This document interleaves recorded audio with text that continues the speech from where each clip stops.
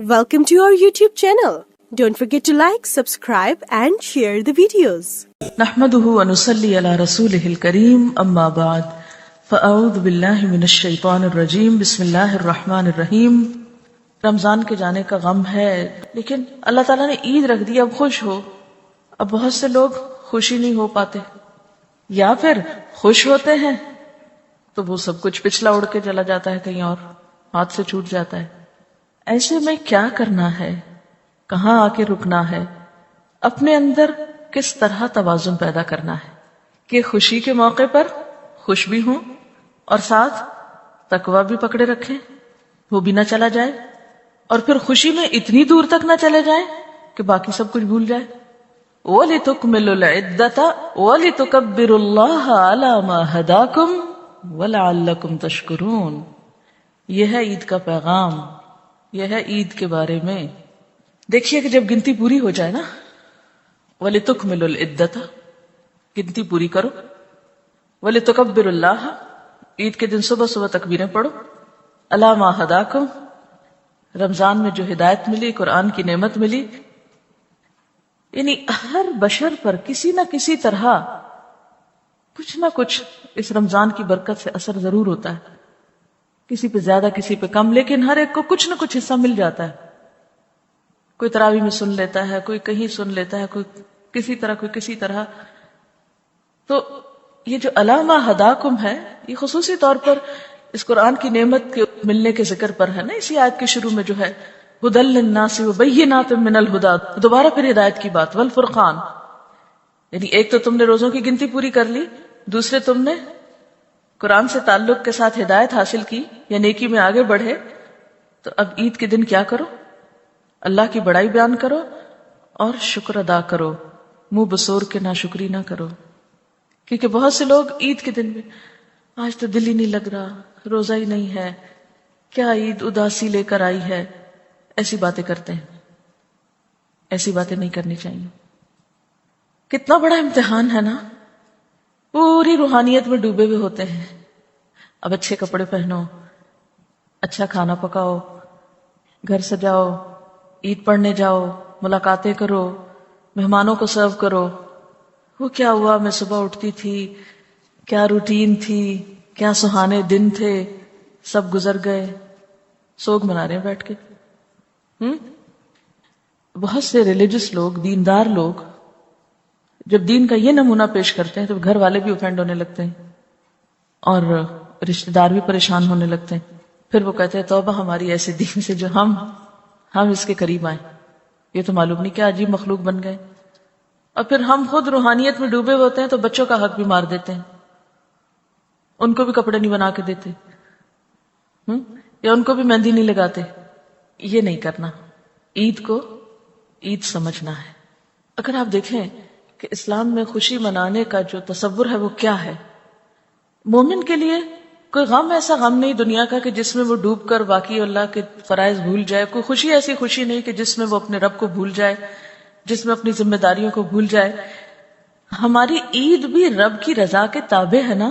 وہ کہتا ہے اب خوش ہو جاؤ، تکبیریں پڑھو، شکر ادا کرو، کھاؤ پیو، روزہ رکھنا آج منع ہے. یعنی عید کا دن وہ دن ہے کہ جس میں روزہ رکھنا بائی آرڈر منع ہے.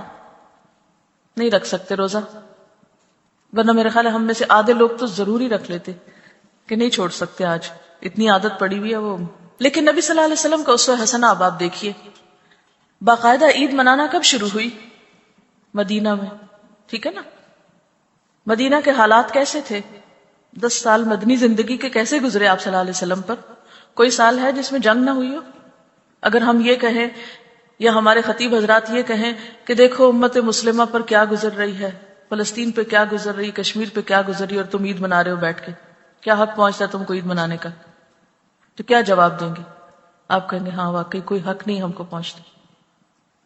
نبی صلی اللہ علیہ وسلم نے مدینہ میں ہر سال عید سیلیبریٹ کی، حالانکہ مسلمان تکلیف دہ ترین حالات سے گزرتے تھے. اصل میں یہ جو اطاعت کا کانسیپٹ ہے نا، سر تسلیم خم کر دینے کا. اللہ تعالیٰ آپ کا حکم ہے اس وقت میں خوش ہوں، اچھے کپڑے پہنوں، میں خوش ہوں. اپنی مرضی کے خلاف جانا ہے نا، یہی تو اطاعت ہے. راتوں کو رو رہے ہیں، قیام اللیل میں رو رہے ہیں، دعائیں مانگ رہے ہیں، سجدوں میں پڑے ہوئے ہیں، اور اگلی سویرے اٹھ کے ہنسو مسکراؤ. یہ کیا بات ہوئی؟ کتنا مشکل ہے. یہی تو اسلام ہے. اذ قال له ربه اسلم قال اسلمت لرب العالمین. آپ اس کیفیت سے اس میں لاتے ہیں، میں آ رہا ہوں. یہی تو نفس کا امتحان ہے. آپ کو پتا ہے کہ جو کام بھی انسان زیادہ کرنے لگتے ہیں اس میں نفس کو لذت آنے لگتی. آپ کوئی بھی کام جب شروع کرتے ہیں، مثلا قرآن پڑھنا شروع کرتے ہیں، آپ کو مشکل لگتا ہے، جب پڑھنے لگتے آپ کو مزہ آنے لگتا ہے، پھر آسان ہونے لگتا ہے، پھر وہ نفس کے لیے راحت بن جاتی ہے، پھر انسان بڑا خوش ہونے لگتا ہے اس میں. اب ساتھ ہی کیا حکم آ جاتا ہے؟ بس کافی، اعتدال، حد ختم، رک جاؤ. اب انسان کا دل کہتا ہے نہیں، میرا نفس تو اسی سے چمٹا ہوا ہے، بھی نفس کی عبادت تو نہیں کرنی، نفس کی بندگی تو نہیں، اللہ کی بندگی. اب کسی اور چیز کا تقاضا دوسری طرف بلا رہا ہے. ہمارے بڑا مشکل ہے بھائی. تو اگر نبی صلی اللہ علیہ وسلم کے حالات آپ دیکھیں تو جتنی تکلیفیں آپ پر گزری ہیں کسی انسان پر نہیں گزری. لیکن کسی ایک عید کے دن کو بھی یوم سوگ ڈکلیئر نہیں کیا گیا.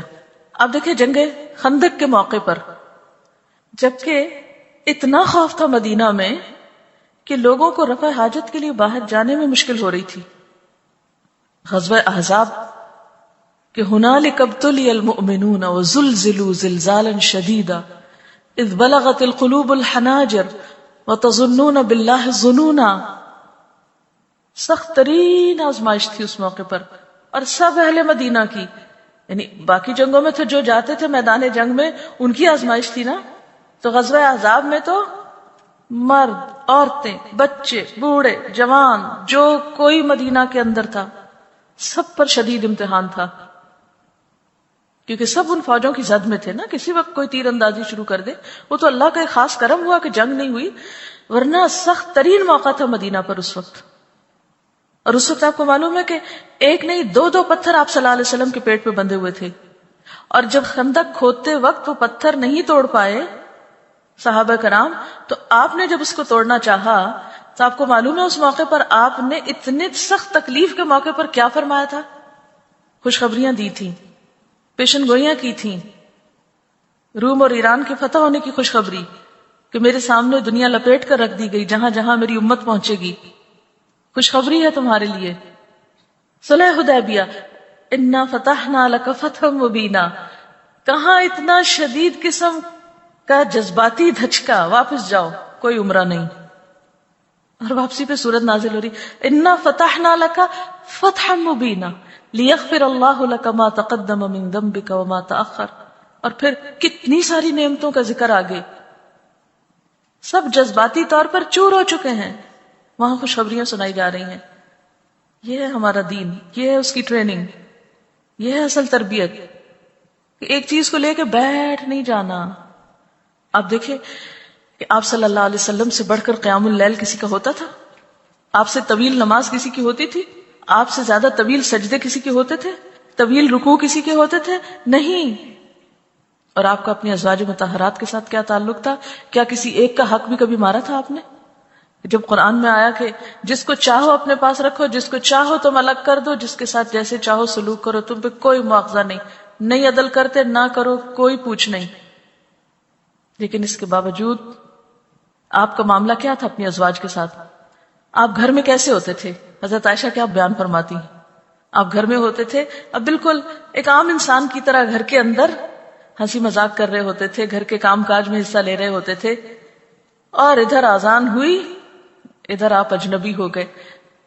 کتنا مشکل ہے کہ عین دنیا کے اندر ہوتے ہوئے اللہ تعالیٰ نے بلایا تو چل دیے. سوئچ اوور ہونے میں کتنی دیر لگی، ایک سے دوسری کیفیت میں جانے کو کتنی دیر لگی. یہ ہوتا ہے مومن. جمعہ کی نماز، جمعہ کی اذان آئے سب چھوڑ دو، فسعوا الی ذکر اللہ وذروا البیع، آگئے مسجد. فاذا قضیت الصلاۃ، خطبہ سنا، بڑا روحانی تسکین ہوئی، سب ہوا. اب کیا ہے؟ فاذا قضیت الصلاۃ فانتشروا فی الارض، جاؤ کاروبار کرو، پورے دن کی چھٹی کوئی نہیں، جاؤ کماؤ، اپنے کام کرو. یہ ہے ہمارا دین. تو جب تک ہم اعتدال نہیں سیکھیں گے کس کس چیز میں، جسم کے تقاضے، روح کے تقاضے، عقل کے تقاضے، جذبات کے تقاضے، ان چار چیزوں میں جب تک اعتدال نہیں ہوگا نہ یہ زندگی کامیاب ہو سکتی ہے اور نہ اگلی.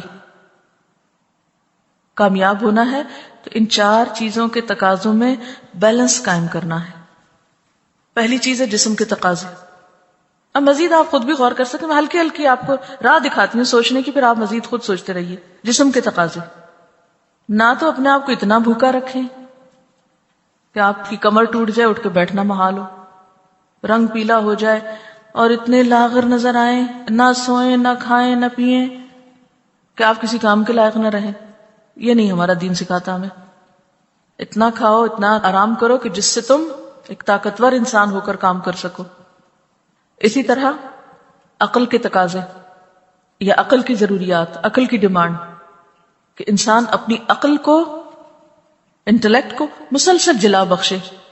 جسم کی طاقت کے لیے انسان کھاتا پیتا ہے، عقل کی ترقی اس کے لیے کیا کرو؟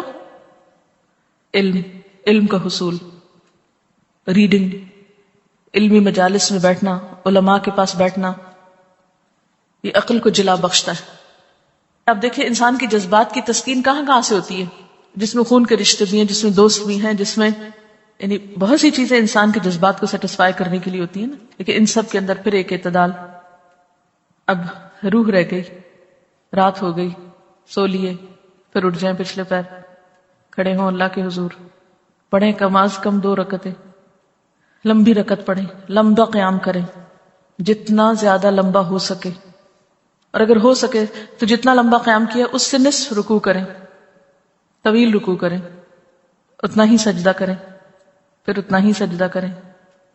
پھر آپ دیکھیں کیسی روحانیت نصیب ہوتی ہے آپ کو. پھر اٹھیں، کھائیں پیئیں، پھر عقل کے تقاضے پورے کریں، پھر جذبات کے کریں، پھر روح کے کریں. یہ ٹائم ٹیبل ہونا چاہیے آپ کا. اور اگر کسی ایک چیز کو بھی اگنور کریں گے تو آپ کی شخصیت امبیلنس ہو جائے گی، غیر معتدل ہو جائے گی، جس سے آپ ایک کامیاب انسان نہیں کہلا سکتے. اور مومن کے لیے اس میں سے ہر تقاضے کو پورا کرنے کا اجر ہے. آپ کا کھانا پینا بھی عبادت ہے، آپ کا علم حاصل کرنا بھی عبادت ہے، آپ کا خدمت خلق کرنا بھی عبادت ہے، آپ کا اپنے رشتہ داروں کے حقوق نبھانا بھی عبادت ہے، آپ کا پھر اللہ کے حضور گڑ گڑانا بھی عبادت ہے. یہ سب کچھ عبادت ہے. اسی کا نام جد و جہد ہے. اسی توازن کو پکڑتے رہنے کا نام جد و جہد ہے. یہی جہاد ہے اصل. نبی صلی اللہ علیہ وسلم کی شخصیت کیوں جامع، کیوں نمبر 1 ہے؟ اسی وجہ سے ہے. یہ سارے پہلو ہیں نا آپ کے اندر. یہی تو آپ کا اسوہ حسنہ ہے، یہی تو ایک خوبصورت پہلو ہے. اور اس سے ہٹیں گے تو دین بدنما کر دیں گے. یہ الگ بات ہے کہ کبھی ایک پہلو غالب آنے لگتا ہے، کبھی دوسرا، کبھی تیسرا. بعض اوقات مختلف چیزوں کے مختلف تقاضے ہوتے ہیں، کچھ حالات ہوتے ہیں. لیکن آپ نے انتہائی پریشانی کے موقع پر بھی میکسیمم اعتدال قائم رکھا ہے. جتنا اپنے آپ پر کنٹرول ہوگا نا، جتنا سبمیشن کا جذبہ ہوگا، جتنا اللہ کی رضا پہ راضی ہونے کا جذبہ آ جائے گا نا. اللہ کی رضا ہے اس میں کہ شوہر کی اطاعت کرو، میں راضی ہوں، مجھے اپنے نفس کی تو نہیں کرنی. کیونکہ ہم تو موڈ کے غلام ہوتے ہیں نا. ہم نماز بھی اچھی اس وقت پڑھیں گے جب ہمارا موڈ اچھا ہوگا نا. ہم کتاب کو اس وقت پڑھیں گے، ریڈنگ کب کرتے ہیں؟ جب ہمارا موڈ ہو کچھ پڑھنے کا، اس کے علاوہ نہیں. کسی سے ملے ملائیں گے کب؟ جب ہمارا موڈ ہوگا. ابھی دل نہیں چاہ رہا، نہیں. موڈ کی غلامی نہیں. معبود تو ہے کہ اللہ ہے وہ، اور اسی نے یہ ساری حیثیتیں ہماری رکھی. اور یہ تقوی ہی پیدا کرتا ہے. تقوی اس میں بیلنس کر دے گا نا. کیونکہ آپ نے دیکھا ہوگا طلاق کے مسائل میں تقوی، عبادات میں تقوی، کھانے پینے میں تقوی، ہر چیز میں، ہر ایک پہلو میں. کیونکہ جب اللہ کا خوف غالب آئے گا نا، وہ شعور کی اعلیٰ ترین کیفیت جو انسان کو فوراً بتائے گی کہ نہیں یہ درست نہیں ہے، بس یہ حد اتنی ہے، یہ اتنی، یہ اتنی تھی، بس اس سے آگے نہیں. نہ تو انسان صرف کام و دہن کا غلام بن کے رہ جائے کہ صرف اس کی زندگی میں کھانا پینا اور جسمانی تقاضے ہی ہوں، پہننا اوڑھنا، شادی بیاہ بس، یا جذباتی کے تقاضے ہوں. نہیں. یا پھر انسان جسم اور جذبات کو ایک طرف چھوڑ کے صرف روح اور عقل کے پیچھے پڑ جائے، اس سے بات نہیں بنے گی. اب تھوڑی سی اگر آپ کی تھنکنگ کلیئر ہوئی ہے نا، تو اب آپ اس پیٹرن پہ سوچیں گے نا انشاءاللہ. مثلا دن کو آپ ان حصوں میں بانٹ لیجئے، یا پھر آپ مینٹلی اس میں لے آئیے اپنے آپ کو کہ ہاں مجھے یہ بھی کرنا ہے، یہ ضروری ہے، یہ ضروری ہے، یہ کرنا لازم ہے، یہ کرنا ثواب ہے، یہ کرنا باعث اجر ہے. تو پھر آپ دیکھیں گے کہ ہر ایک کو ڈھلنے میں مشکل نہیں ہوگی. جب ہمارا بیلنس بگڑتا ہے نا ہماری سوچ کا، سب سے پہلے تو کہ جس میں ہم کچھ کاموں کو زیادہ کار ثواب سمجھ لیتے ہیں اور کچھ کاموں کو ہم بیکار سمجھ لیتے ہیں، تو پھر اس سے کیا ہوتا ہے کہ پھر ہم کچھ کاموں کے قریب بھی نہیں پٹکتے اور کچھ کو ہم اپنے اوپر بہت حاوی کر لیتے ہیں. جب دنیا میں ہوتے ہیں خوب دنیا میں ہوتے ہیں، جب دین میں آتے ہیں بالکل ہی دنیا چھوڑ بیٹھتے ہیں. تو یہ اگرچہ مشکل ہے لیکن حدود میں رکھ کے ممکن ہے. اور پھر اصل چیز تو اسوہ حسنہ ہے، وہاں دیکھتے جائیے کیا ہوا، سب کچھ ٹھیک ہو جائے گا. اوکے، سبحانک اللہم و بحمدک، اشہد ان لا الہ الا انت، استغفرک و اتوب الیک. والسلام علیکم ورحمۃ اللہ وبرکاتہ.